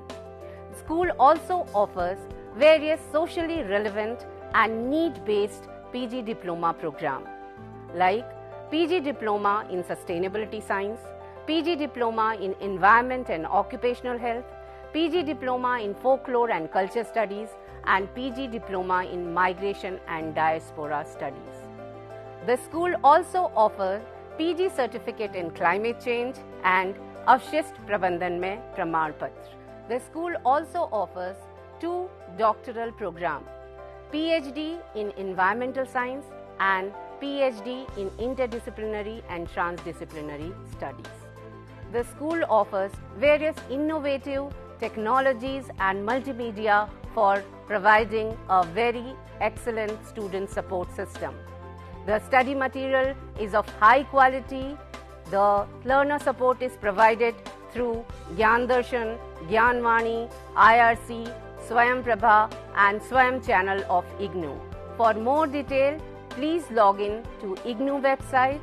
For online admission in these programs, visit school site and also the Samarth online education portal of IGNOU.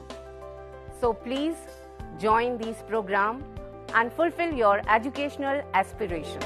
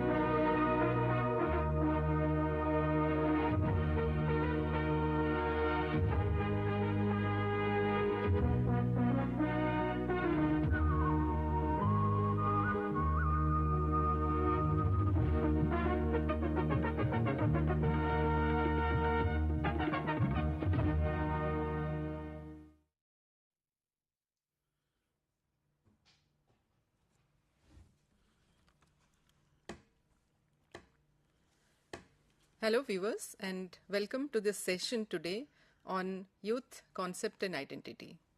This particular topic relates to your unit 1 in the course BPCG 172, that is youth, gender and identity.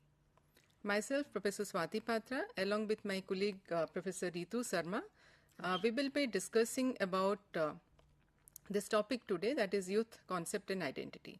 Let us see what are the various things that we are going to discuss today. Okay, so as you can see here in the PPT, this is first of all we will be discussing about the concept of youth, what exactly we mean by the term youth. What does it mean? What do we understand by this particular term? We will be discussing about the meaning of youth from different aspects like socio-cultural aspect, economic and legal aspects also. Okay. Further, we will be talking about the meaning of identity, because whenever we talk about youth, identity is a crucial term, is an important term that comes to our mind. So we will be focusing on what exactly we mean by identity in youth. And in relation to that, we will be discussing about various theories of identity, and finally we will be talking about different indicators of identity. Okay. So first of all, let us see the concept of youth. What exactly we mean by this term that we say as youth. Usually the term youth, it is etymologically derived from the Sanskrit word that is yuvan. Okay. And the term, when we are talking about the term youth, it is we define it in terms of age. Also we define it in terms of the various tasks that they perform, the developmental tasks that we talk about. And also we can describe youth in terms of the characteristics of this particular stage of life, that is youth. Okay, in terms of like physical characteristics, social characteristics, emotional characteristics, okay, cognitive or mental characteristics. Now, when we talk about the age group, various organizations have defined youth in terms of like different age range. Like for example, as you see here, the United Nations, they have said that youth is a stage which refers to the people who are between the 15 to 24 years of age group. Similarly, WHO also talks about youth between 15 to 24 years, but they also talk about adolescents, that is between 10 to 19 years, and then they have clubbed these two as young people. So that covers the age range from 10 to 24 years. So this young people age group, that is 10 to 24 years, it covers both the adolescent stage and also the youth stage, that is between 15 to 24 years. Further, in the Indian context, if you talk about the National Youth Policy of India, they have described youth in terms of 15 to 29 years of age group. Okay, this is the age range, the National Youth Policy of India 2014. It describes youth between 15 to 29 years of age group. So as you see here, the youth is a stage which is characterized in terms of different age group by different organizations. Okay, because youth is a stage which is a transitional stage. It starts from it is a transition from the childhood to the adulthood stage. So because it is a transitional stage, it is characterized by different types of changes, and it is a transition from the childhood to adulthood stage. That is how the age range, it varies, because it also varies in terms of the different socio-cultural context also. Okay, like for example, in some societies, the young people, they are expected to carry out adult-like responsibilities at an earlier age, whereas in some other societies and some other cultural contexts, it is towards a later age. Okay, the formal education, it continues till later.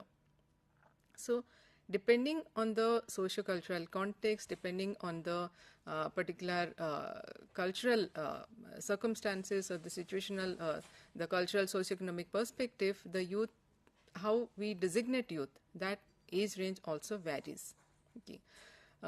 Because, for example, the marginalized sections or the affluent societies, how do we define youth? It also varies depending on the particular cultural, social context. So that is how it is very much essential that we become clear about what exactly we mean by youth. In terms of this, there are different characteristics. We differentiate between youth and adult also. I think, Professor Ritu, you can elaborate on this, how youth and adult, they are different. Okay. Very good afternoon, students. Now we'll be talking about how youth and adult are different from each other.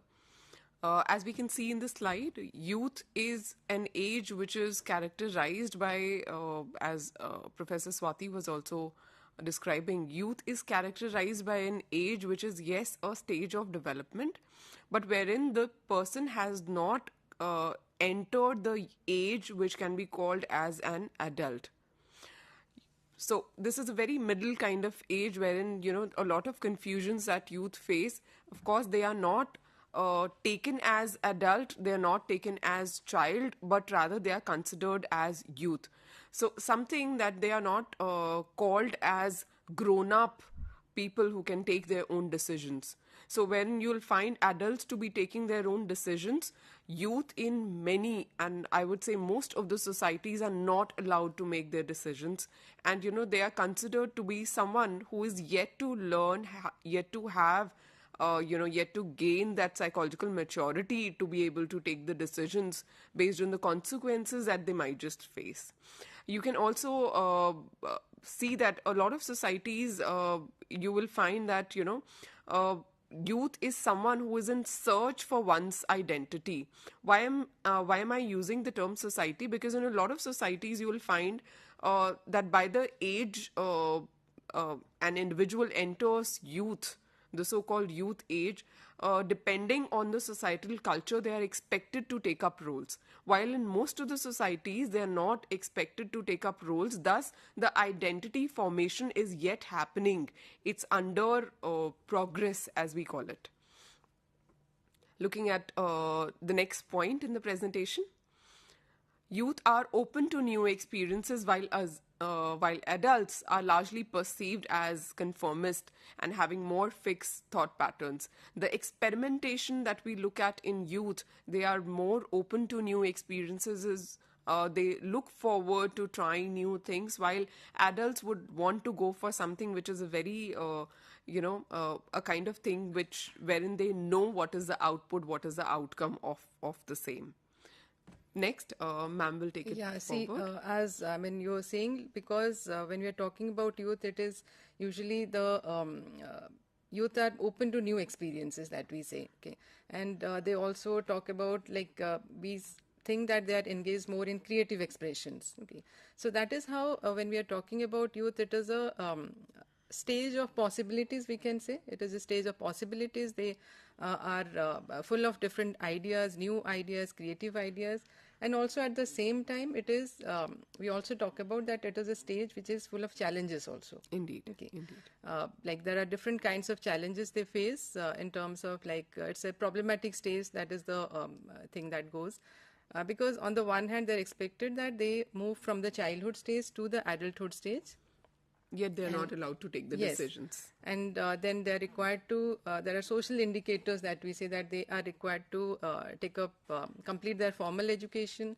They are expected to get into the career world, the job market, get into some good job, then start a family and start earning and be a productive citizen of the Indeed. society. Okay. So as we see here, as we are discussing about youth, there are different perspectives from which we can discuss the meaning of youth. Okay, like there are socio-cultural perspectives. Okay, from the socio-cultural perspective, we talk about different social institutions, like for example, family, school. These are the and different other institutions that are available in the society.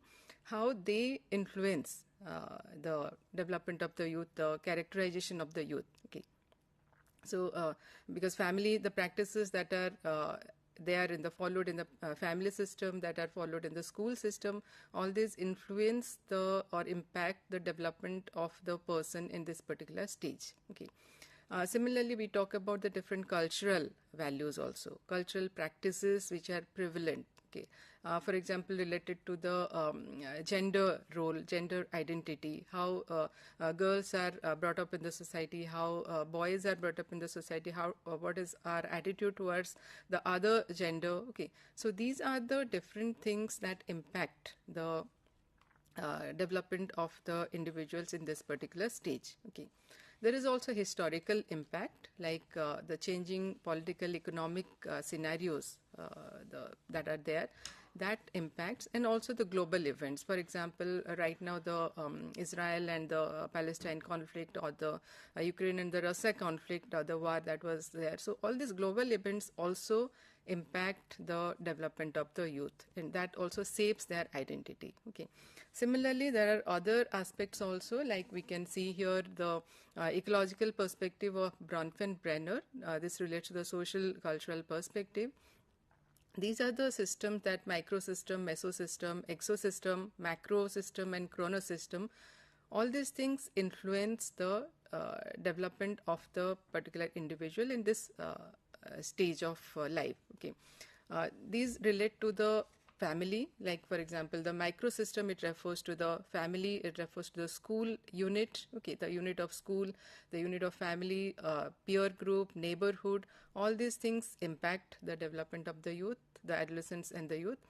The relationship between these systems also impact, and also the like for example, the chronosystem that we are talking about, or the macro system that we are talking about, the larger institutions, the global events that happen, the particular time era in which the individuals live, all these things also impact. So that is the essence of the Bronfenbrenner's ecological systems theory. Apart from the socio-cultural perspective, there are also, as you can see here, the economic perspective and the legal perspective. I think you can explain further. Economic perspective for any country is very important, as it is a direct indicator of the growth of a country on the global level. And by and large, what we talk about is the demographic dividend. When we want to define this demographic dividend, what exactly is it? In the total population of a country, when we take a proportion of people who are working, who are contributing towards the economy of the country, it is divided by the number of people, which is the total population of the country. So we can understand from this, the more and more people work, the more and more people contribute towards the economy, towards the growth, towards the development in terms of monetary, is where the economic dividend of a country would increase. And this is a major focus of government in today's time also. We have the National Youth Policy, which was given in 2014, which talks about the holistic development of an individual, and it focuses on youth, focusing on their skills, which they can apply in the industry and with which they can contribute to the nation's development. It can be scientific, it can be social, it can be of any kind, wherein they are supported by the government to work on such things. There's another which is National Policy for Skill Development and Entrepreneurship, which was in 2015. This also helps you identify your own skills which can be nurtured further, and a lot of government institutions are providing trainings so that you can nurture that particular skill and professionally gain excellence on that particular skill, and you can work in the industry for the same. So this is the economic perspective as we look at and youth. The majority of a youth, if in a country, are able to culminate, are able to translate their knowledge to work, can contribute towards the economic development of that particular country. Moving on to the next one, as we can see in the slide. There's the legal It's the legal perspective. Yeah. In the legal perspective, youth are considered under the juvenile justice norms, juvenile justice laws as we call it. Why do we keep these youth different from adults? Be it to the courtroom, be it to the legal system, be it to how they are treated in the legal cells, where they are kept in the legal prisons. If youth has done an act of crime, they are all treated as different. Why? Because this stage is considered to be very vulnerable a stage when the child, I'm also using the word child. You cannot really call this individual an adult. A youth is someone who doesn't understand, who is not in a complete stage when the person understands the consequences of the act in which the person is getting involved.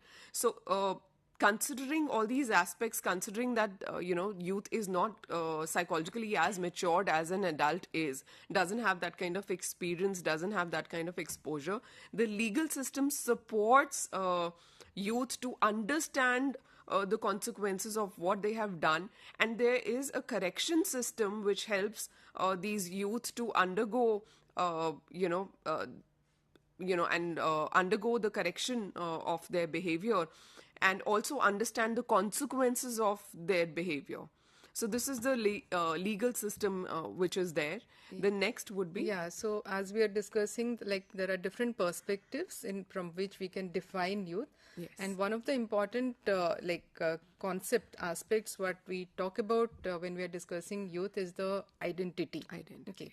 So what exactly is identity? What is identity? Because identity, when we are talking about youth, the image is that there is an identity. The youth always thinks about their own identity, to carve out their own identity. Okay, so the who am I, that question is very prominent in the mind of these young people. Okay, so when we're talking about the concept of identity, what is the meaning of identity? Here we can see that there are different theories of identity. Okay, different theories, they have explained the identity of youth in different ways. One important theory is the Erikson's theory of psychosocial development, who has described about the stage of the human life span development in terms of 8 stages. Now, this particular youth stage, it corresponds to these 2 stages, that is identity versus identity confusion, and then intimacy versus isolation. Now, these are the first is, in each stage, Erikson has talked about a particular crisis that needs to be resolved so that it results in a virtue, acquisition of a particular virtue. Now, these 2 stages which Erikson has proposed, that relates to the adolescent stage, there the crisis is the identity versus identity confusion. And the next stage, that is young adulthood, that is there the crisis is intimacy versus isolation. So when you're talking about establishing an identity, one important task of this particular stage, the adolescents, they have to establish their identity. If they're not able to establish or form out an identity of their own, that results in a crisis. Okay, and that hampers their progress to the next stage of development. Because identity is basically who am I, like how do I define myself, what is my individuality or personal style, or like or how do I see myself, and how others see or perceive myself, how do I visualize myself. So these all are covered under the concept of identity. Okay. So similarly, there is one more theory, that is James Marcia's theory of identity status. You can explain. James Marcia's theory of identity status very beautifully describes that every individual has to undergo something which is called as phases of crisis. You do not make your identity just by entering a place, just by living in a particular place. You get into certain things which James Marcia has explained as phases of crisis. And the phases of crisis, how do you come out of it, is something which is dependent on the values, the set of values which are absent or present around you, which are absent or present in you, the values, beliefs, the culture, the society, whatever you get into. And it leads to, as we see in the slide, it leads to 4 outcomes, which is identity diffusion, wherein you basically get into a stage wherein you say, I don't care and I don't know what I have to do with my life. Or you can enter into the second thing, which is mentioned as in the presentation, identity moratorium. Identity moratorium is something when you are still thinking about what you need to do in life. And you are just in a phase of still identifying that, okay, what is my identity, what do I do with my life, and things like that. The third that is given by James Marcia as given in the presentation is identity foreclosure. Now this is identity foreclosure is wherein the person has made a choice without really thinking much, without really contemplating on the results of a particular thing. When you come down to a conclusion as to what you want to do with your life, is identity foreclosure. The last which is mentioned in here is identity achievement. Identity achievement is considered to be the most positive ones out of all 4 of them. Identity achievement is when you have really thought much about it, you have contemplated what do you want to do with your life, you have complete idea of what it is going to lead to, whether it's going to be a positive thing or a negative thing. You have contemplated everything and it fits into your value system, and you are out of the crisis by forming that particular identity. Moving on to the next. So there are, different theories. They explain identity of the youth in different terms. But basically, as we see here, the youth, they are engaged in exploration. They explore themselves. They explore about the world of career. They explore about the different jobs. They explore about their personality, the different types of personality characteristics. They explore their relationship with other peer group and other members of the society. And in that process, they identify their strengths. They come to know about their own individual characteristics, and they find out their strengths, weaknesses, their interest or likings, dislikings, etc. And they form a clear vision of what they want to do in life. Okay. In that process, they establish their identity. Okay. Now, in this process, there are also different indicators of identity. When they establish their identity, usually they identify themselves, they relate their identity to different aspects, like for example, caste. Okay, caste is one thing, like they identify themselves belonging to a particular caste, okay, or to a particular social class. Okay, similarly, there is also like ethnicity. Okay, so they identify themselves belonging to a particular class or sect or like particular ethnic group or a particular social class, because that gives them a sense of belongingness to that particular thing, that particular group. So they derive a sense of belongingness from identifying themselves to a particular class or caste, and that defines their way of functioning also. Okay. The different practices that are followed by belonging to a particular class or caste or this thing, ethnic group, they acquire those those practices, those values or those beliefs, and that defines them. this thing. So there are other indicators also.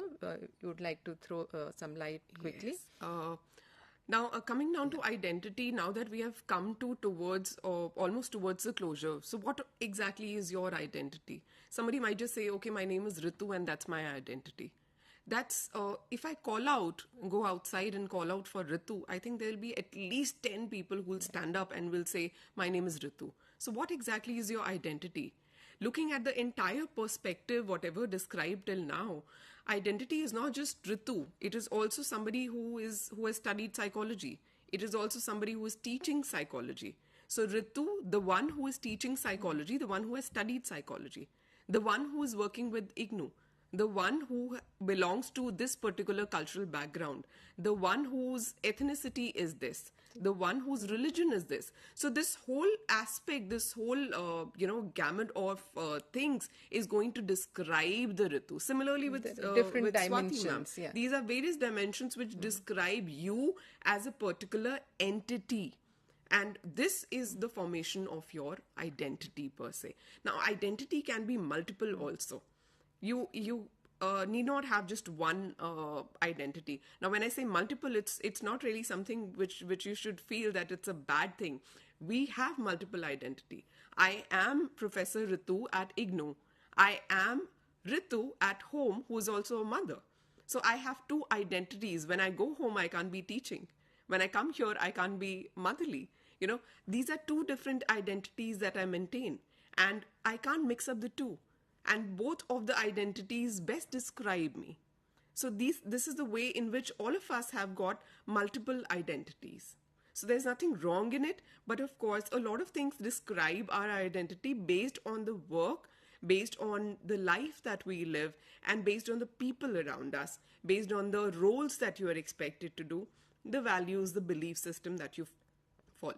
So it is interesting that, when we are talking about the youth and it is a transitional phase, usually sometimes they are expected that they need to behave as a child, they need to behave as an adult, as a growing child, then as an adult. So there's a range of expectations from the society, from this particular person. Okay. So in that process, they establish their identity by exploring their interaction with different different groups of people, with different institutions, and by engaging in different practices and the cultural rituals and practices. Okay, so viewers, now to conclude, as we have discussed in this session today, we discussed about the concept of youth, what exactly we mean by youth when we use this particular term, and how do we define it from different perspectives like economic perspective, legal perspective, and socio-cultural perspective. In that, we discussed about the Bronfenbrenner's theory also. And we elaborated on the meaning of identity, because that is a crucial aspect of youth as we define, and the different theories of identity, particularly Erickson's theory and James Marcier's theory, how do they define the identity in youth. Okay, so thank you all. Thank you.